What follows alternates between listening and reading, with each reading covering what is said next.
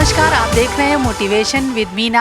आज मेरे साथ जीएसवीएम कॉलेज के स्टूडेंट पार्थ बघेल मेरे साथ हैं। ये एमबीबीएस स्टूडेंट है और नीट की परीक्षा में सिर्फ मुश्किल से 15 दिन बचे हैं। 12 सितंबर को आपकी ये एग्ज़ाम है।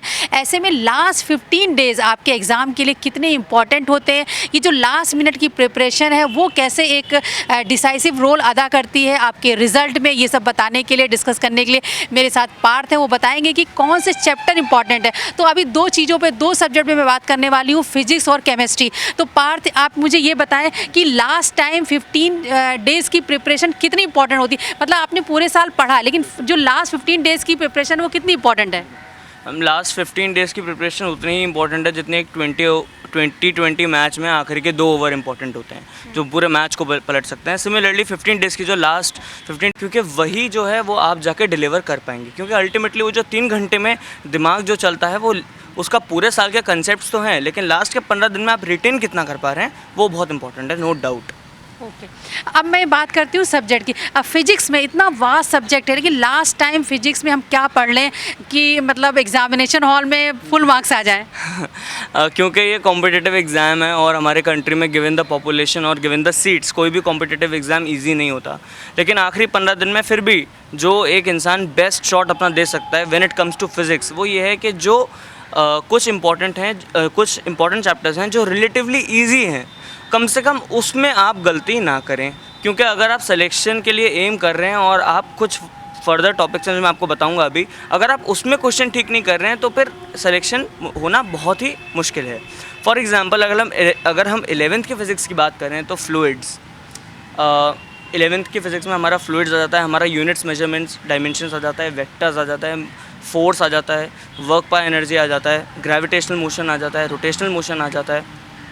ये तो हमारा इंपॉर्टेंट चैप्टर्स हैं। लेकिन जो पीछे के चैप्टर्स हुए 11th एनसीईआरटी फिज़िक्स के पीछे के, जैसे कि फ्लूइड्स हो गया और यूनिट्स, मेजरमेंट, डायमेंशंस हो गया, ये जो चैप्टर्स हैं हम इसमें गलती करना एक्सेप्टेबल नहीं है। सिमिलरली 12th फिज़िक्स की अगर हम बात करें तो सेमीकंडक्टर्स हो गया, एटम हो गया, न्यूक्लियाई हो गया, ऑल्टरनेटिंग करंट अगर हम पीछे से बात करें, और अगर हम वेव ऑप्टिक्स हो गया, रे ऑप्टिक्स हो गया, ये कुछ ऐसी यूनिट्स हैं जिसमें हम गलती करना बिल्कुल भी एक्सेप्टेबल नहीं है। लॉजिक गेट्स हो गया, तो ये इजी हैं, रिलेटिवली इजी हैं। तो मैं यही कहूँगा कि आखिरी के 15 दिन में एटलीस्ट आप इन पे ज़रूर नज़र मारें। ओके, अच्छा, लास्ट मिनट के जो आपने कहा कि एक तो आप ये चैप्टर्स आपने बताया कि इसको रिवाइज़ कर लें, और क्या जैसे फार्मूला है, न्यूमेरिकल्स है, इसको कैसे हैंडल करें? जी मैम, क्या है, फिज़िक्स बहुत ही प्रैक्टिकल सब्जेक्ट है, इट्स जस्ट लाइक मैथ्स। तो इसमें क्या है, थ्योरी तो ज़्यादा होती नहीं है, लेकिन फिर भी जो गिने चुने थ्योरी है, आपको स्पेशल सिनेरियोज़ को, केसेस को ध्यान रखना है। दूसरी चीज़ क्या है, जो पर्सनल एडवाइस जो मेरे और मेरे आसपास के दोस्त, जो मेरे रूममेट्स और जो भी मेरे साथ लोग तैयारी कर रहे हैं, उनके जो हेल्पफुल रही वो ये रही कि फ़िज़िक्स के प्रत्येक चैप्टर में जो स्पेशल केस सिनेरियो से रिलेटेड फार्मूलाज होते हैं, अलग अलग केसेस के लिए फार्मूलाज हैं, या उस चैप्टर में जो भी जनरल फार्मूलाज भी हैं, आप उन फार्मूलाज को एक पेपर पे उस फार्मूलाज को लिखते चले जाइए। तो by the end of your syllabus, आखिरी के 2 महीने, 1 महीने, 15 दिन में आपके पास 15-20 पेजेस की एक लिस्ट होगी फिज़िक्स में, जिसमें आप सिर्फ फार्मूलाज को पेज घुमाते जाइए, फार्मूलाज पर नज़र डालते जाइए। क्योंकि फिज़िक्स में बने हुए कंसेप्ट तो आपके पास लाइफ लॉन्ग रहेंगे, या कहिए एग्ज़ाम तक तो रहेंगे ही, लेकिन एग्ज़ाम में वो 3 घंटे में वो जो 40 सेकंड में, 1 मिनट में आपको जो क्वेश्चन सॉल्व करना है, उसमें आप फार्मूला जब गलत पुट कर देते हैं तो क्वेश्चन जो है आपका गलत हो जाता है। तो इसलिए फार्मूलाज नहीं भूलना है, इसलिए 15-20 दिन पहले आप फार्मूलाज को नज़र घुमाना स्टार्ट कर दीजिए, एक पेपर पे सारे फार्मूलाज लिखते चले जाइए। एक और बात है कि जो बच्चे नीट की प्रिपरेशन करते हैं, मोस्टली माना ही जाता है कि उनकी बायो तो स्ट्रांग होती है, लेकिन फिजिक्स को लोग एक थोड़ा सा पैनिक भी रहता है, और वो इसीलिए एग्जामिनेशन हॉल में थोड़ा घबरा जाते हैं, कई बार नेगेटिव मार्किंग हो जाती है, सिली मिस्टेक्स हो जाती है। How to handle this? देखिए मैम, अगर हम बात करें कि आखिरी 15 दिन में हम उसको कैसे हैंडल करें, मैं इस बात का आंसर आपको 2 तरीके से देना चाहूँगा। उन बच्चों के लिए जिनको 15 दिन ही बचे हैं अब, और दूसरा जो बच्चे अब नीट की तैयारी करने जा रहे हैं। पहला सिनेरियो वो जिनका जस्ट एग्ज़ाम है 15 दिन बाद, तो अपने ऊपर भरोसा रखें। सबसे पहले आपने 2 साल मेहनत करी है, आप ऐसा ब्लंडर नहीं करेंगे अगर आप अपने ऊपर ट्रस्ट रखेंगे। और रही बात कि एंजाइटी की, याद करने वाला पार्ट है, लेकिन जैसे मैंने आपको बताया, अगर आप फार्मूलाज याद रखेंगे, कंसेप्ट आपका बना हुआ है, अगर आप फार्मूलाज याद रखेंगे तो आपका एफिशिएंसी क्वेश्चंस करने की बढ़ जाएगी। और तीसरी सबसे इंपॉर्टेंट चीज़, 45 क्वेश्चन आते हैं फिज़िक्स के, तो आपको स्टार्टिंग के 5 मिनट या कहिए 3-4 मिनट में आपको 45 में से वो क्वेश्चंस मार्क करने हैं जो आपको एग्ज़ाम में पहली बार में अटैम्प्ट नहीं करना है। आप पहले वो क्वेश्चन ज़रूर मार्क कर लीजिए जिनको आपको पढ़ के समझ में आ जाता है ये क्वेश्चन मुझसे एक बार में बनेगा या नहीं बनेगा। जो क्वेश्चन आपको लग रहा है मुझसे एक बार में नहीं बनेगा, उन्हें आप मार्क कर लीजिए। अगर आप ऐसे 10 क्वेश्चन भी मार्क कर लेते हैं तो 35 क्वेश्चन जो हैं वो आपके ईजी हैं, वो आप कर ले जाएंगे। लेकिन वो जो 10 है, जब पेपर के एंड में 10 मिनट बचें तो उनमें आप कर लीजिएगा। लेकिन इनिशियली क्या है, हिट फर्स्ट हिट हार्ड, तो वो जो क्वेश्चन आपका पहली बार में निकलते जा रहे हैं उन्हें आप करते चले जाइए, जो नहीं हो रहे उन्हें मार्क कर लीजिए। यही केमिस्ट्री के लिए भी ट्रू है, फिजिकल केमिस्ट्री के लिए। अच्छा, फिजिक्स में जैसे मैं कहूँ आपने 2017 में नीट क्लियर किया, तो अब आपकी क्या स्ट्रेटजी रही है? मतलब आप, एक तो हुआ कि लास्ट टाइम 15 डेज़ की प्रिपरेशन आपने बताया, चैप्टर पढ़ लेने हैं ये इंपॉर्टेंट, और आपको फार्मूला को ज़रूर एक बार से फिर से एक बार रिवाइज करना, लेकिन ओवरऑल फिजिक्स में अच्छी कमांड रहे और उसमें भी अच्छा स्कोर कर पाएँ आप। बिल्कुल। तो वो बच्चे जो अब नीट की तैयारी करने जा रहे हैं, मेरा उनके लिए क्लियर कट सजेशन ये रहेगा कि फ़िज़िक्स में या कहिए नीट में या आईआईटी में वो बच्चों का सिलेक्शन रेट ज़्यादा हाई रहता है जिन्होंने 11th स्टैंडर्ड में स्टार्टिंग के 5-6 महीने में अपना बेस स्ट्रॉन्ग करने में एफर्ट डाला गया होता है। क्योंकि अगर आप 11th के स्टार्टिंग के चैप्टर्स देखें, units, measurement, dimensions, vectors, work by energy, force, gravitational, rotational, ये ऐसे कंसेप्ट बिल्डिंग चैप्टर्स हैं। जब आप इनमें 5-6 महीने रेगरस मेहनत करेंगे तो आपके वही कंसेप्ट 12th की फिज़िक्स के लिए भी होल्ड्स ट्रू होगा। तो इसीलिए जो बच्चे तैयारी करने जा रहे हैं अब, उनके लिए मैं यही बोलूँगा कि घबराएं नहीं फिज़िक्स से। थोड़ा बहुत अगर उनको लग रहा है कि उनको नहीं आ रहा है, थोड़ा इंजीनियरिंग का मटेरियल लेके भी सॉल्व कर लें, क्योंकि इंजीनियरिंग की जो बेसिक फिजिक्स है वो हमारी हाई फिजिक्स है। तो जब आप थोड़ा हायर लेवल के क्वेश्चंस करेंगे स्टार्टिंग में ही, क्योंकि देखिए 12th के एंड होते होते बच्चे पे उतना टाइम नहीं होता कि वो बहुत डिफिकल्ट क्वेश्चंस कर पाए, लेकिन जब वो 11th की स्टार्टिंग में जाता है, एनर्जी भी हाई होती है और मोटिवेशन भी हाई होती है, तो स्टार्टिंग में 5-6 महीने रेगुलसली अगर वो डिफिकल्ट क्वेश्चंस करे, अच्छे क्वेश्चंस करे, वैरायटी ऑफ क्वेश्चंस करे, तो कंसेप्ट बन जाता है, वो बाद में रिकॉल हो जाता है। लेकिन अगर आपने स्टार्टिंग में डिफिकल्ट क्वेश्चंस या फिर कंसेप्ट नहीं बनाया अपना, तो बाद में फिर कोई फॉर्मूला याद करके नहीं हो सकता वो। अच्छा, क्या पार्थ ऐसी कुछ कॉमन मिस्टेक्स हैं जो हर साल बच्चे, खासतौर पे नीट के बच्चे जो फिजिक्स में कर देते हैं? क्योंकि देखिए नीट में सिलेक्शन होना रियली बहुत बड़ी बात होती है, और उसमें क्या है कि अगर आपने कॉमन सी गलतियाँ, कुछ गलतियों को अगर आप अवॉइड कर देते हैं तो वाकई में आपके सिलेक्शन रेशियो में बड़ा असर पड़ता है, आप रैंकिंग में काफ़ी ऊपर नीचे हो जाते हैं। तो कोई ऐसी आप एडवाइस देना चाहेंगे कि ये मिस्टेक ना करना? हाँ मैम, मैं तो बहुत प्रैक्टिकल ग्राउंड्स पे आपको एडवाइस देना चाहूँगा बच्चों को जो देने जा रहे हैं। सबसे पहले तो OMR जो बच्चे गलत भरते हैं, मुझे लगता है कि वो कहीं से भी जस्टिफाइड नहीं है। क्या गलती करते हैं? जो B का D भर दिया, D का C भर दिया, या फिर मतलब जो क्वेश्चन, सपोज़ क्वेश्चन नंबर 11 का A था तो 11 की जगह 12 का A कर दिया। ये मुझे लगता है कि एक बहुत ग्रॉस मिस्टेक होती है, और ये मिस्टेक लाजमी है, ह्यूमन एरर है, लेकिन ये मिस्टेक नीट के एग्जाम में हो रही है, ये कहीं से भी जस्टिफाइड नहीं है। तो जब आप अपने 2 साल की प्रिपरेशन कर रहे हैं तो आप ऐसी जगह पढ़ें, आप ऐसे इंस्टीट्यूट में पढ़ें, आप अपनी प्रैक्टिस इस तरीके की रखें कि आपको OMR भरने की स्टार्टिंग से आदत हो, पहली बात। दूसरी बात, बहुत अनरियलिस्टिक बात लगेगी, लेकिन बहुत से लोग होते हैं जो गलत सेंटर पे चले जाते हैं एग्ज़ाम वाले दिन। ये भी कहीं से भी जस्टिफाइड नहीं है। तो ये एक दूसरी चीज़ मुझे लगता है जो ग्रॉस एरर हो जाती है 1 in 1000, लेकिन बहुतों के साथ हो जाती है। पार्थ, उसके बारे में बात करूंगी, सेंटर्स के बारे में, और प्लस उस दिन ड्रेस कोड में आपको क्या ले जाना है, कौन सा आपके पास फोटोग्राफ्स होना चाहिए, आपको क्या पहन के जाना, उसके बारे में मैं बात करूंगी। लेकिन अभी भी मतलब we should stick to physics में कह रही हूँ कि जो एक कॉमन सी बात, क्योंकि ये जैसे है कि भाई आपने एक सवाल गलत किया, अब आपका वो क्वेश्चन गलत हुआ, नेगेटिव मार्किंग भी हो गई, और आप रैंकिंग में बहुत पीछे आएगा और आपको एडमिशन मिलने से रह गए। तो वो कोई, जैसे आपका कोई पर्सनल एक्सपीरियंस हो, आपके फ्रेंड का हो, आपने लगा हो कि नहीं अरे ये तो बहुत इजी, जब आप पेपर देके घर पहुंचे आपको लगा ये तो मैंने बहुत अच्छे से पढ़ा था, ये कैसे हो गया? तो ये कैसे, इस चीज़ को कैसे मिनिमाइज़ किया जाए? मिनिमाइज़ करने का मैम ये तरीका है कि आप क्वेश्चंस को पहले, जब मैंने बताया जब क्वेश्चन पेपर आए 45 क्वेश्चंस, तो आप फटाफट उनको मार्क कर लीजिए जो आपसे नहीं होंगे और जो आपको एकदम हो जाएंगे टाइम पे, तो आप डबल टिक या स्टार मार्क बना लीजिए ऐसे पे, और फिर आप क्वेश्चन पेपर अपना सॉल्व कर लीजिए, बायोलॉजी कर लीजिए, केमिस्ट्री कर लीजिए, then come back to physics again, और फिर आप थोड़ा सा टाइम देके सोचिए जो जो आपको क्वेश्चन लग रहे हैं, क्योंकि जो मीडियम डिफिकल्टी के क्वेश्चन हैं जब वो गलत होते हैं तो आपका सिलेक्शन हैम्पर होता है, क्योंकि जो बहुत डिफिकल्ट है वो अधिकतर लोगों से नहीं हो रहा है, और जो बहुत ईजी है वो अधिकतर लोगों से हुआ जा रहा है। जो डिफरेंस बना रहा है वो मीडियम से मॉडरेट डिफ़िकल्टी का क्वेश्चन बना रहा है, तो उसमें आप फिर से थोड़ा सा ध्यान देंगे तो वो बनेगा, लेकिन आपको थोड़ा सा टाइम देना होगा, आप स्टार्टिंग में ही हड़बड़ा ना जाएं। इसलिए come back to physics again, आप केमिस्ट्री और बायो तो कर ही लीजिए, लेकिन फिजिक्स को एक बार मार्क करने के बाद पेपर खत्म होने के फिर से आप आइए, ताकि आप उतना OMR भर चुके होंगे तो आपको मन में ये रहेगा कि मेरी OMR शीट फिल्ड है। अगर मुझसे पेपर छीन भी लिया गया, अभी छूट भी गया, तो मेरा मार्क्स आ रहे हैं कुछ भी। तो OMR स्टार्टिंग से ही आप 7 भरते चलिए, एंड में भरने के लिए ना रखिएगा। अच्छा, आपने कहा कि ओमआर से शीट भरने में कुछ मिस्टेक्स, क्या गलतियाँ होती हैं इसमें? जैसे मैम बहुत लोग का तरीका होता है OMR करने का, जैसे कुछ लोग होते हैं जो स्टार्टिंग में ही क्वेश्चन पेपर में आंसर मार्क करते हुए चलते हैं, और फिर जब एंड के 15-20 मिनट या आधा घंटा रह जाता है तब वो OMR लगातार फिल करना स्टार्ट करते हैं। लेकिन ये भी एक टेक्निक है। दूसरी टेक्निक ये है कि आपने जैसे क्वेश्चन करा और आपने तभी के तभी OMR फिल कर दी। तो ये सब लोग का अपना अलग अलग रहता है, लेकिन आखिरी के 10 मिनट या 15 मिनट को OMR को नहीं रखना चाहिए। आइडियली ये है कि जब आप एक सब्जेक्ट पूरा कर लें या 2 घंटा जब पेपर के आपके हो जाएं तब आप अपनी OMR भर लें। तीनों ही सब्जेक्ट में आपको ये करना है कि आपको पहले ही मार्क कर लेना है कौन सा आंसर आपको नहीं हिट कर रहा है, और क्वेश्चन देख के जो आपको डिफिकल्ट लगे आप उसको मार्क कर लें। Give it a second thought, पक्का आएगा, पक्का बनेगा, बस थोड़ा सा वो मेंटल पीस चाहिए उस टाइम पे।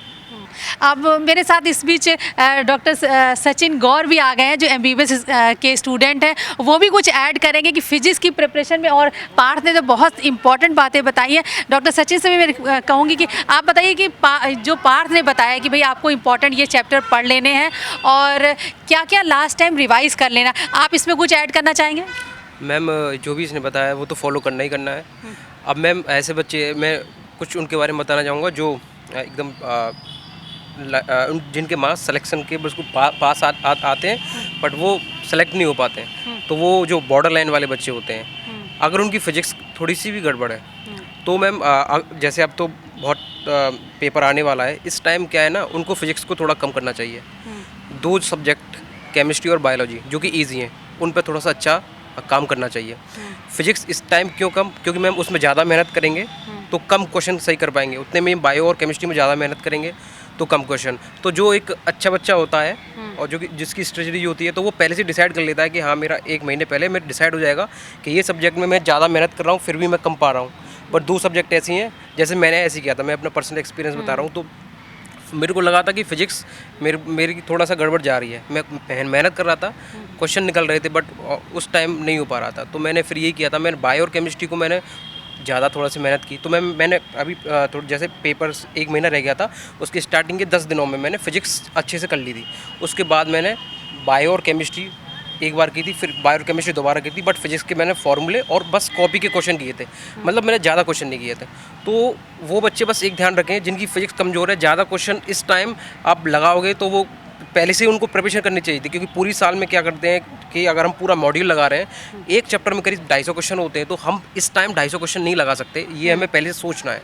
और दूसरी बात, उस प्रिपरेशन के दौरान जिन बच्चों ने सेलेक्ट कर लिया कि 250 में से मेरे पे 50 क्वेश्चन काम के और सारे मेरे हर बार हो रहे हैं, तो उन क्वेश्चन को बार बार करने से कोई फ़ायदा नहीं है। तो उन 50 क्वेश्चनों को पेपर के टाइम करो तो जल्दी एक चैप्टर ख़त्म भी हो जाएगा, और वो चैप्टर के जो क्वेश्चन नहीं हो रहे थे, और मैम ज़्यादातर वही क्वेश्चन पेपर में आते हैं, तो उनको इस तरह से थोड़ा चलना पड़ेगा, जो कि मैं पर्सनली ऐसे ही फॉलो किया था। मैम सबकी अलग अलग टेक्निक होती हैं। मेरा जब सिलेक्शन एक बार नहीं हुआ था तो मेरा इसी वजह से रुका, क्योंकि मैम मेरी फिजिक्स वीक नहीं थी, क्वेश्चन हो जाते थे, बट मैं प्रेशर में आके 1 घंटे में उतने निकाल नहीं पाता था क्वेश्चन। अगर मेरे को कोई ज़्यादा टाइम देते तो मैं कर लेता था, तो सोच नहीं पाता था। तो टाइम मैनेजमेंट की तो थोड़ी गड़बड़ थी उसके साथ साथ, तो मैंने फिजिक्स को टैकल करने के लिए ये किया था। मतलब आप कह रहे हैं कि अब लास्ट टाइम में अब इसमें आप बायो पे और केमिस्ट्री पे ज़्यादा ध्यान दें, और जो लिमिटेड जिनकी फिजिक्स कमजोर है, हाँ, उनके लिए ये कहेंगे बायो और केमिस्ट्री को जितना स्ट्रॉन्ग कर सकते हो, ताकि मैक्सिमम मार्क्स इससे मिल जाए। हाँ, फिजिक्स में अगर मैं 1 घंटा मेहनत करूँगा तो उसमें एक क्वेश्चन जो कर रहा हूँ मैं चैप्टर का, वो मे भी सही हो या ना हो, पता नहीं कैसी ट्रिक दे दे, क्योंकि वो प्रोफेसर बहुत हाई लेवल के होते हैं, कुछ भी घुमा के क्वेश्चन बना देते हैं। बट वही मेहनत मैं बायो और केमिस्ट्री में करूँगा, मैं पक्का गारंटी कर सकता हूँ बच्चा उससे ज़्यादा नंबर लाएगा फिजिक्स क्योंकि उसमें क्वेश्चन वो सही नहीं कर पाएगा, पहले से उसका कॉन्फिडेंट डाउन है। बायो और केमिस्ट्री में कम मेहनत में ज़्यादा आता है। अच्छा, देखिए ये सचिन की स्ट्रेटजी है कि मतलब अगर आप फिजिक्स से डरते हैं, और ज़्यादा देखा था नीट के जो बच्चे होते हैं उनको न्यूमेरिकल्स फिजिक्स के समझ में नहीं आते, तो कह रहे हैं लास्ट टाइम में आप मैक्सिमम आप केमिस्ट्री और बायोलॉजी पे फोकस करें, और फिर जो टाइम बचता है उसमें आप फिजिक्स पे भी ध्यान दें। लेकिन अभी लास्ट टाइम में अगर आप पूरा एनर्जी लगा देंगे फिजिक्स में, तो पता लगा आपका जो बायो पे और केमिस्ट्री में फोकस है वो नहीं हो पाए, ये कहना चाहते हैं? हाँ मैम जी, बिल्कुल ये कहना चाहता हूँ। मैंने ये प्रैक्टिकली महसूस किया था और मेरे मार्क्स बहुत अच्छे आए थे, इसी वजह से आए थे। और मैम उसके साथ साथ मैं एक बहुत इंपॉर्टेंट चीज़ बताना चाहूँगा, जो कि बहुत जो मतलब जो अच्छे बच्चे होते हैं वो जानते हैं, और मैं अच्छा नहीं था पर मैंने जाना, ऐसा करते हैं बच्चे। जितना क्वेश्चन करना इंपॉर्टेंट है उतना ही क्वेश्चन छोड़ना इंपॉर्टेंट होता है। अच्छा, ये क्या मतलब मतलब है इसका कि अगर आप क्वेश्चन 180 क्वेश्चन आ रहे हैं, ठीक है ना मैम, क्या होता है मैंने खुद देखा था, मैं अगर बायो में ही देख लेता हूँ, अगर बायो में भी ऐसा होता है कि मेरे कॉन्फिडेंस है ओवर कॉन्फिडेंस में कन्वर्ट हो जाता है कि नहीं ये चैप्टर मैंने पढ़ा था और पेपर में वो क्वेश्चन आ गया, मेरे पर निगारा नहीं होना चाहिए ये, क्योंकि मैंने पढ़ा था। तो उसमें क्या होता है बच्चा 100% गलत करके आता है। मैंने क्या किया उसमें, जो मैं अपना पर्सनल एक्सपीरियंस था, मैं जो क्वेश्चन नहीं आ रहा था मैं उसको छोड़ता गया। उससे 2 चीज़ हुई, पूरे पेपर में मैंने मैम इतने क्वेश्चन छोड़े थे जिससे मेरा जितना टाइम बचा था वो मेरे जो आ रहे थे, मतलब क्या होता है ना, इजी आ रहा है उसको फटाफट अटेम्प्ट करो। 180 क्वेश्चन में ऐसे बहुत सारे क्वेश्चंस होते हैं जो पक्का बच्चे कर सकते हैं, बट वो बिखरे हुए होते हैं, उनको बटोरना होता है। तो मैम जो टेक्निकल बच्चा भी ये पहचान इन 15-20 दिनों में ये प्रैक्टिस करे कि कौन सा क्वेश्चन मेरे को छोड़ना है, कैसे एसेस करना है कि किस क्वेश्चन को मैं छोड़ूं और किस क्वेश्चन में अटेम्प्ट करूं। क्योंकि मैम जो छोड़ा हुआ क्वेश्चन है वो अंडर प्रेशर नहीं हो रहा है, बट मैम वो जब आप एक अटेम्प्ट कर लोगे तो दूसरे अटेम्प्ट जब दोगे उस पेपर का, उसमें वो क्वेश्चन हो जाता है। तो मैं इसको थोड़ा डिटेल बताता हूँ। मान लो बच्चा अगर बायो का, केमिस्ट्री का, फिजिक्स, पहले बायो फिर केमिस्ट्री का फिजिक्स इस तरह से अटेम्प्ट करा है। बायो में मैम इतना प्रेशर हो जाता है, टाइम वेस्ट होता रहता है, 1 मिनट निकल जाती है उस 5 सेकंड 10 सेकंड क्वेश्चन पे। बिल्कुल बिल्कुल। वो बिल्कुल ना करें, बिल्कुल ना करें और बिल्कुल ना करें। अगर वो करेंगे तो वो अपना आगे का कंपटीशन में पीछे होते छोड़ के किया। 45 मिनट लगेंगी क्वेश्चन करने में, और जो 15 क्वेश्चन बचे हैं उनको फिर एक बार बायो हो जाएगी, उसके बाद दोबारा देख लें। प्रेशर कम हो जाएगा बच्चे पे, एक हो जाएगी कंप्लीशन की फीलिंग आएगी, हाँ मैंने कर लिया, अब रह गए उनको देख लेता हूँ एक बार। तो उसमें मैं कह रहा हूँ उनको मैम ज़्यादा प्रोडक्टिविटी आएगी। राइट। ऐसे ही केमिस्ट्री में किया, ऐसे ही फिजिक्स में। इसका दूसरा फ़ायदा क्या है मैम, बच्चे ना एक बार में पेपर अटेम्प्ट करते हैं। मैंने ट्राई किया था, अच्छे बच्चों को देखा था मैंने कोटा में, एक पेपर को 2 बार अटेम्प्ट करते थे। मैं कह रहा था मेरे पे एक बार भी नहीं अटेम्प्ट होता था। फिर मैंने ट्राई किया तो उनमें क्या निकला कि वो क्वेश्चन छोड़ देते थे जो नहीं आते थे। सबसे पहले छोड़ो, और मैक्सिमम ऐसा नहीं पूरा पेपर छोड़ दिया। देखिए 10 या 15 क्वेश्चन होते हैं छोड़ने लायक होते हैं। फिर उसके बाद उनको जब एक बार मेरा मैम जब पेपर हो गया था, मेरा नीट 2017 हाफ एन आवर पहले हो गया था पेपर, और बहुत बच्चे थे उनको बहुत जल्दी हो गया था। फिर मेरा जो हाफ एन आवर पहले हो गया था, बट उसमें जितने मार्क्स थे मेरा सिलेक्शन लायक नहीं था, बट जो आधा घंटा बचा था उसमें मैंने फिजिक्स से जब दोबारा रीट्राई मारा, 9 क्वेश्चन दोबारा सही हुए मेरे। तो मैं वही कह रहा हूँ बच्चे इस चीज़ पर ज़रूर ध्यान है, जितना करना इंपॉर्टेंट है उतना ही छोड़ना इंपॉर्टेंट है। क्योंकि जो क्वेश्चन नहीं छोड़ोगे उसमें उलझ जाओगे, और अगर फिजिक्स के क्वेश्चन में उलझ गए तो कॉन्फिडेंस इतना गिरेगा, तो आगे जितनी कर पा रहे हो वो भी नहीं कर पाओगे। तो कैसे भी करके अगर आपकी बायो और केमिस्ट्री इंपॉर्टेंट है, वहाँ से टाइम चुराइए और फिजिक्स में इनपुट कर दीजिए। अगर 5-10 मिनट भी चुरा के निकाल के फिजिक्स में डाल देते हैं तो आप 1 घंटा की जगह 1 घंटा 10 मिनट हो जाएगा फिजिक्स के लिए। तो थोड़ा सा स्मार्ट स्टडी, वैसे सारी डिटेल बता दी, बट मैं कहूँगा कि एंड में थोड़ा सा स्मार्ट स्टडी करें बच्चे। जो स्मार्ट स्टडी कर जाएगा बहुत अच्छे नंबर लाएगा, और सिलेक्शन कोई नहीं रोक सकता कितना भी कट ऑफ जाए, क्योंकि वो सबके लिए एक पेपर आ रहा है। जो अच्छी से स्टडी करेगा, जो अच्छे फॉर्मूले, मैंने जैसे एंड में क्या हुआ कि जब रिवाइज करते थे तो उसमें थोड़ा हैंडबुक वगैरह मिलती है जिसमें फॉर्मूले लिखे रहते हैं। तो मैं हमेशा एक बार सब जब हो गया था, लास्ट के 5 दिन बचे थे, तो मैंने सारे वो जो है फॉर्मूले एक जगह लिखे हुए थे। एक हैंडबुक आती है उसमें पूरा डिटेल में लिखे होता है फॉर्मूले, तो वो सारे रिवाइज किए थे। तो करीब करीब उसमें से भी करीब 10 से 15 क्वेश्चन बचे फंसे थे। तो जितना हो सके स्मार्ट स्टडी करो, क्योंकि कॉन्फिडेंस है तुमने पूरी साल इतने कॉन्सेप्ट्स बनाए और उनको स्मार्टली एंड में यूज़ करना है। पूरे साल की मेहनत को एंड में, जितनी मेहनत की है उतना आपको निकालना है, तो स्मार्टनेस आपको एंड में दिखानी पड़ेगी। बिल्कुल। अच्छा, सचिन आप ये कह रहे हैं कि भाई आपने पूरे साल पढ़ाई की, लेकिन अगर एग्जामिनेशन हॉल में जो 3 घंटे की आपकी स्ट्रेटजी, अगर वो स्मार्टली आपने प्ले नहीं किया तो आप फिर डाउन हो सकते हैं। तो हाँ, मैं वही उसी 3 घंटे के लिए आपको गेम खेलना है। वो जो 3 आवर्स हैं उनमें आप कितना स्मार्टली उस 3 घंटों को आप यूज़ कर सकते हो, कैसे आपको कहीं से भी बस समय निकालना है। आपको पता है कि फिजिक्स वीक है, तो आपको फिजिक्स के लिए कैसे भी पहले से प्रिपेयर होकर चलना है। मैं बायो और केमिस्ट्री पक्का मैं 45 मिनट में करके और मैं टाइम निकालूंगा फिजिक्स के लिए। मैं ऐसा इसलिए कह रहा हूँ कि मैंने ऐसा किया है और प्रैक्टिकली ऐसा हुआ था, और एग्जैक्टली मेरा हाफ एन आवर पहले मेरा पेपर हुआ था, और मैं पेपर में ये भी पता लग गया था मेरे को मैंने कौन कौन से क्वेश्चन गलत किया है, क्योंकि फिल कर दिए थे, अब मैं उनको सही नहीं कर सकता था। क्या भाई Parth, do you agree with this? जी मैम, जितना अटेम्प्ट करना ज़रूरी है उतना ही छोड़ना भी ज़रूरी है। जी मैम, बिल्कुल I totally agree with it. और वैसे भी 45 क्वेश्चन जो फिजिक्स, केमिस्ट्री और बॉटनी, जोलॉजी के आते हैं, तो उसमें 4-4, 5-5 क्वेश्चन तो वैसे भी बहुत हाई लेवल के होते हैं, जो हमें देख के ही समझ में आ जाता है, वो छोड़ देने। लेकिन वही मैंने आपको जो बताया था कि मीडियम से मॉडरेट लेवल के जो क्वेश्चंस हैं वो हैं जो डिफरेंस क्रिएट करते हैं। तो as per the status of the child, वो जो बच्चा अटेम्प्ट कर रहा है कि उसकी प्रिपरेशन किस लेवल की है, वो छोड़ता चले जाए स्टार्टिंग में जो उसको लग रहा है नहीं बन रहा है, और पहले अपना जो बनते चले जा रहे हैं उनको करते चले जाए, और और कॉन्फिडेंट है तो OMR भी भरता चले जाए, ताकि उसके पास एक ये है कि चलो मेरी OMR पूरी खाली नहीं है। और फिर जब आखिरी में आपको 20, 25, 30 मिनट जो मिले उसमें जो आप सेकेंड गो देंगे तो दिमाग बनेगा, क्योंकि जो आपने पहले अप्रोच से कंसेप्ट लगाने की कोशिश करी थी अब वो रूल आउट हो गया कि उससे नहीं बन रहा है, तो आपको दूसरी अप्रोच अपने आप क्लिक करेगी फिजिक्स में और केमिस्ट्री में, डेफिनेटली ऐसा होगा। ओके तो ये बहुत इंपॉर्टेंट बात बताई है। दो MBBS स्टूडेंट है, आप दोनों का कौन सा ईयर है? Final year. देखिए दोनों MBBS के फाइनल ईयर के स्टूडेंट हैं और खुद इन्होंने नीट क्लियर किया, और जो इनकी एग्जामिनेशन सेंटर में हॉल में जो इनकी स्ट्रेटजी रही है वो इन्होंने शेयर की है। कौन कौन से फिजिक्स के इंपॉर्टेंट चैप्टर पढ़ने हैं ये बताया है इन दोनों ने, और मुझे लगता है लास्ट टाइम अगर स्टूडेंट इस चीज़ को फॉलो करे तो डेफिनेटली उनका सिलेक्शन होगा। आइए अब मैं बात करती हूँ केमिस्ट्री सब्जेक्ट की, कि केमिस्ट्री में क्या स्ट्रेटजी होनी चाहिए। सचिन, केमिस्ट्री में लास्ट टाइम 15 दिन कितने इंपॉर्टेंट है, कौन से चैप्टर पढ़े जाएँ? मैम अगर लास्ट 15 दिन की बात की जाए, अगर हमारे 15 दिन रह गए हैं पेपर में, तो सबसे पहले पेपर को अप्रोच करने का एक तरीका है। सबसे पहले केमिस्ट्री और बायो और फिजिक्स, इन तीनों में एक पैटर्न है। फिजिक्स मेहनत मांगती है, केमिस्ट्री में इनऑर्गेनिक ऑर्गेनिक को बार बार रिवाइज करना पड़ता है, और फिजिकल में मेहनत चलती है। मेहनत तीनों में, बट एक होता है कि थोड़ा सा याद करना पड़ता है, याद करने वाली चीज़ें। और बायोलॉजी, केमिस्ट्री में इनऑर्गेनिक और ऑर्गेनिक, इन तीनों को ना मैम जितना हम पेपर के पास पढ़ेंगे उतना फ़ायदा होगा। उससे पहले हम कॉन्सेप्ट वाली चीज़ें पढ़ लें, अच्छी बात है, मतलब हम फिजिकल केमिस्ट्री पहले कर लें, फिजिक्स पहले कर लें। बट अगर पेपर में 15 दिन रह गए तो मैं कहूँगा 15 दिन में करीब 5 दिन आप अगर फिजिक्स कर लो, ठीक है, 5 दिन केमिस्ट्री करो, और केमिस्ट्री में पहले वो करो जो कैलकुलेशन वाले हैं, उसके बाद इनऑर्गेनिक और ऑर्गेनिक, क्योंकि जितना पेपर के पास हम याद करने वाली चीज़ें करेंगे उतना फ़ायदा रहेगा। तो मैं ये कहूँगा कि इनऑर्गेनिक और ऑर्गेनिक उसको बच्चे जितना पेपर के करीब हो सके उतना पेपर के करीब वो पढ़ के जाए, क्योंकि उसमें याद करने वाली चीज़ें, समझने वाली चीज़ें भी हैं, मैं यही नहीं कर रहा, बट आपको पेपर को क्रैक करना है तो कुछ चीज़ें याद भी करनी पड़ेंगी, वो उतना इक्वली इंपॉर्टेंट है। तो पेपर के जितना करीब याद करने वाली चीज़ों को करोगे उतना अच्छा रहेगा। तो केमिस्ट्री में इनऑर्गेनिक और ऑर्गेनिक दोनों याद करने वाली चीज़ें हैं, और समझने वाली चीज़ें भी दोनों हैं। इसमें मेमोराइज करने वाली चीज़ें इसलिए ज़्यादा है इसमें। इनऑर्गेनिक में जैसे बच्चे बहुत परेशान होते हैं, क्वेश्चन गलत हो जाते हैं, अच्छे से NCERT पढ़ें, जो भी तुमने नोट्स बनाए उन 5 या 4 दिन के अंदर उनको जितना शॉर्ट करके कोइंसाइज करके आप जल्दी से रिवाइज कर जाओगे, और उतना सबसे सही रहेगा। हाँ, लास्ट के जो 5 दिन बचे हैं उनमें इंपॉर्टेंट है बायो पढ़ें, क्योंकि लास्ट के 5 दिन में दोनों बायो की बुक कंप्लीट करना कंपलसरी है, ताकि मैम जो याद करने वाली चीज़ें हैं वो अच्छी रहे, और बायो में मैक्सिमम आपको स्कोर करना है, तो इसके लिए थोड़ा सा आपको ये अप्रोच करनी पड़ेगी। हाँ, केमिस्ट्री उससे पहले इनऑर्गेनिक और ऑर्गेनिक को जितना पेपर के करीब हो सके उतना पेपर के करीब आगे करें।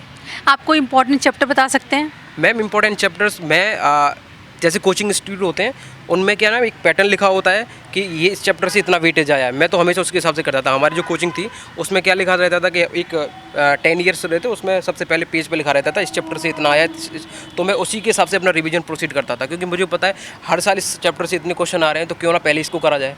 तो इनऑर्गेनिक में मैम पी ब्लॉक हुआ, पी ब्लॉक बहुत ज़्यादा इंपॉर्टेंट है, जितना अच्छे से उसको कर सको NCERT से अगर आपने पढ़ा हो।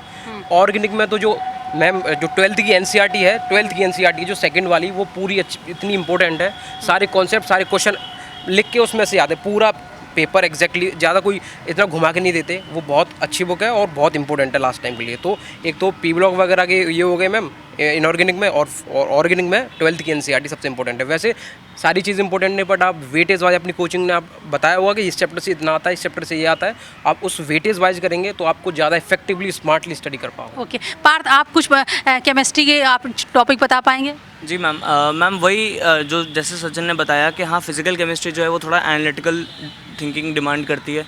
ऑर्गेनिक में कंसेप्ट भी चलता है, रटना भी चलता है, याद करना भी चलता है। जैसे general organic chemistry, it is full of concepts जो 11th स्टैंडर्ड में हम पढ़ते हैं। तो अगर आप 11th की GOC अच्छे से कर रहे हैं, वही 11th में जैसे मैंने कहा था स्टार्टिंग के 5-6 महीने आप जितना रिगरस मेहनत कर लेंगे, आप जितनी जनरल ऑर्गेनिक केमिस्ट्री में जितने भी R इफेक्ट, I इफेक्ट, ये सारे इफेक्ट्स पढ़ लेंगे, उनका एप्लीकेशन समझ जाएंगे, तो 12th की ऑर्गेनिक केमिस्ट्री आपको केक वॉक लगेगी। फिर आते हैं हम इनऑर्गेनिक में। इनऑर्गेनिक बहुत बोरिंग है, इनऑर्गेनिक में बिल्कुल भी दिमाग नहीं लगाना होता है, इनऑर्गेनिक में सिर्फ उसको रटना होता है, और जो कुछ क्लासिकल कंसेप्ट चले आ रहे हैं, जो क्लासिकल क्वेश्चन पैटर्न चला आ रहे हैं, वो कर रहे होते हैं। तो इसलिए इनऑर्गेनिक को आप तो भी एंड में कर सकते हैं, लेकिन आप अगर ऑर्गेनिक और फिजिकल केमिस्ट्री का अपना बैलेंस बनाकर चलेंगे तो बैक ऑफ द माइंड आपको हमेशा कॉन्फिडेंस रहेगा केमिस्ट्री में। और इनऑर्गेनिक तो एंड में आपको करनी ही करनी है, लेकिन कहीं से भी आप कॉम्प्रोमाइज़ नहीं कर सकते ऑर्गेनिक और फिजिकल केमिस्ट्री में। ओके, अच्छा अब मैं बात और आप सचिन आप कुछ ऐड करना चाहेंगे केमिस्ट्री के बारे में? हाँ, लास्ट टाइम क्योंकि 15 डेज बचे हैं, आप हाँ, 15 देखिए अगर पूरे साल नहीं पढ़ा तो कुछ नहीं हो सकता, लेकिन जिसने बहुत हाँ, कुछ मैम, पढ़ा हुआ है तो लास्ट टाइम कुछ और टिप देना चाहेंगे? हाँ मैम, उसके लिए ये बोलना चाहेंगे कि कितना अगर तुम केमिस्ट्री में अच्छा स्कोर करना चाहते हो तो एक दो चीज़ें जिनको याद रखना है। इनऑर्गेनिक में एक भी क्वेश्चन गलत नहीं करना है, अगर हो जाए कोई दिक्कत नहीं, ऑर्गेनिक में नहीं करना है। और दो इंपॉर्टेंट बात, केमिस्ट्री में बस इनऑर्गेनिक और ऑर्गेनिक ऐसी सब ब्रांचेज हैं जिनमें आपको टाइम कम लगेगा क्वेश्चन निकालने में।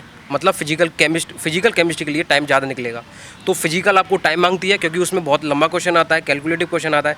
तो केमिस्ट्री जब भी अप्रोच करो तो उसमें ये अप्रोच जरूर रहे कि मैं फिजिकल केमिस्ट्री के लिए टाइम निकालना है, किससे? ऑर्गेनिक और इनऑर्गेनिक के। इनऑर्गेनिक का क्वेश्चन मैक्सिमम 10 सेकंड का होता है। अगर जितने 5 या 10 क्वेश्चन आए तो ये मान लो आपके लिए बहुत ज़्यादा टाइम बचाने का, ये बहुत ज़्यादा टाइम बच जाएगा आपके लिए फिजिकल केमिस्ट्री के लिए। तो मेरी जैसे कि थोड़ी कैलकुलेशन अच्छी नहीं थी तो मैंने अपना यही अप्रोच यूज़ की थी। इनऑर्गेनिक और ऑर्गेनिक को मैंने बहुत अच्छे से जल्दी किया था और फिजिकल के जो क्वेश्चन करता जा रहा था बट मैं स्किप करता जा रहा था कि ये नहीं आ रहा, ये नहीं आ रहा। बाद में मेरे पे जो टाइम बचा था मैंने वो फिजिकल में पुट कर दिया और मेरे काफ़ी अच्छे नंबर आए थे। और ये थोड़ा सा टेक्निक यूज़ करें, हर एक अप्रोच से जाएँ तो आपको मेरे को लग रहा है बहुत अच्छे मार्क्स आप ऑब्टेन कर पाएंगे। ओके, अच्छा एक बस लास्ट में पूछूंगी, बायो सबसे इम्पोर्टेंट है नीट के लिए, तो बायो के कुछ चैप्टर्स बताइए फटाफट जो लास्ट 15 डेज में रिवाइज कर लें।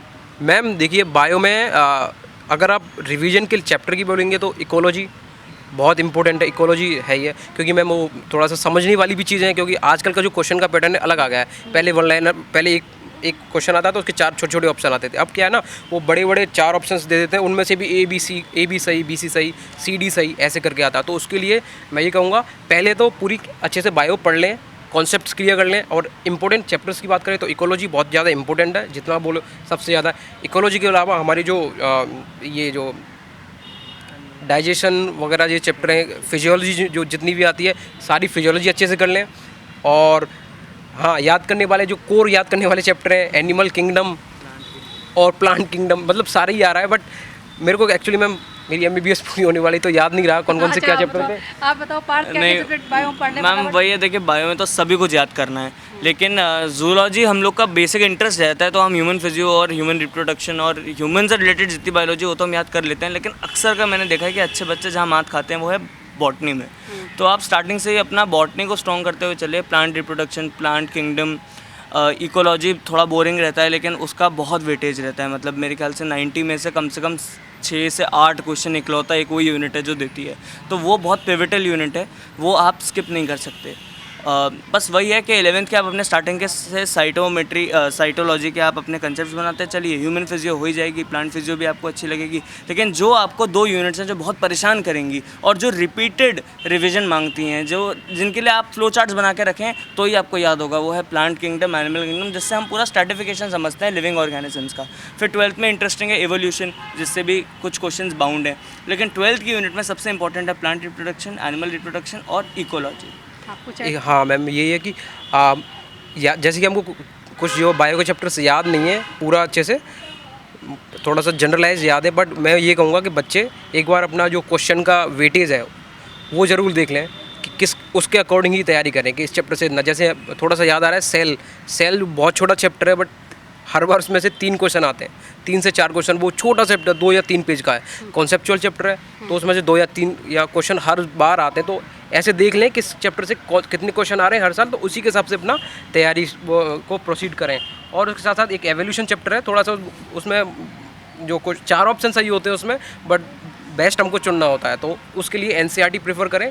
NCERT में अच्छे से याद करके चाहिए उस चैप्टर को, और उसमें वो पक्का फंसाएगा क्योंकि उसमें चारों के चारों ऑप्शन सही आते हैं, हमको बेस्ट चुनना होता है। तो ये दो चीज़ थोड़ी याद आ रही थी, बट हाँ, वेटेज को आप तीनों सब्जेक्ट में अच्छे से फॉलो करें। और वेटेज जिनका सिलेक्शन होने वाला है या जिनका अप्रोच टू मतलब नंबर नहीं आ रहे बट थोड़े बहुत रह जाते हैं यहाँ, वो थोड़ा सा स्मार्ट वर्क कर लें और उससे आगे निकल जाएंगे पक्का। Okay, thank you Sachin, thank you Parth. देखिए दोनों स्टूडेंट एमबीबीएस के हैं और बहुत अच्छी इन्होंने स्ट्रैटेजी बताई। देखिए लास्ट 15 डेज़ में आप मैजिक हो सकता है, पूरे साल अगर आपने मेहनत की है। और बहुत सारे स्टूडेंट जिनका लास्ट ईयर नहीं हुआ था सिलेक्शन, और जैसे सचिन ने कहा कि बस 2-4 नंबर से, कुछ मार्क्स से जो पीछे रह जाते हैं, उनके लिए एग्जामिनेशन हॉल की स्ट्रैटेजी, एक आपका स्मार्ट जो पॉलिसी है, स्मार्ट जो स्ट्रैटेजी है, वो बहुत मायने रखती है आपके सिलेक्शन के लिए। तो मुझे उम्मीद है कि जो आज पार्थ ने और सचिन ने जो बताए हैं टॉपिक्स इंपॉर्टेंट बताए, फिजिक्स, केमिस्ट्री, बायोलॉजी के, वो आप ज़रूर पढ़ेंगे। और एग्जामिनेशन हॉल में बिल्कुल पैनिक नहीं होना है। अगर कोई आपको क्वेश्चंस नहीं आते तो आपको ये बिल्कुल नहीं सोचना है कि अरे मुझे तो कुछ भी नहीं आता। नहीं, आप आगे बढ़िए, नेक्स्ट क्वेश्चन देखिए, और जो क्वेश्चन नहीं आता उसमें टाइम बिल्कुल वेस्ट ना करें, अगला सवाल आप हल करें। और हम उम्मीद करते हैं कि इस साल आपका सिलेक्शन ज़रूर होगा। आप देखते रहिए मोटिवेशन विद मीना।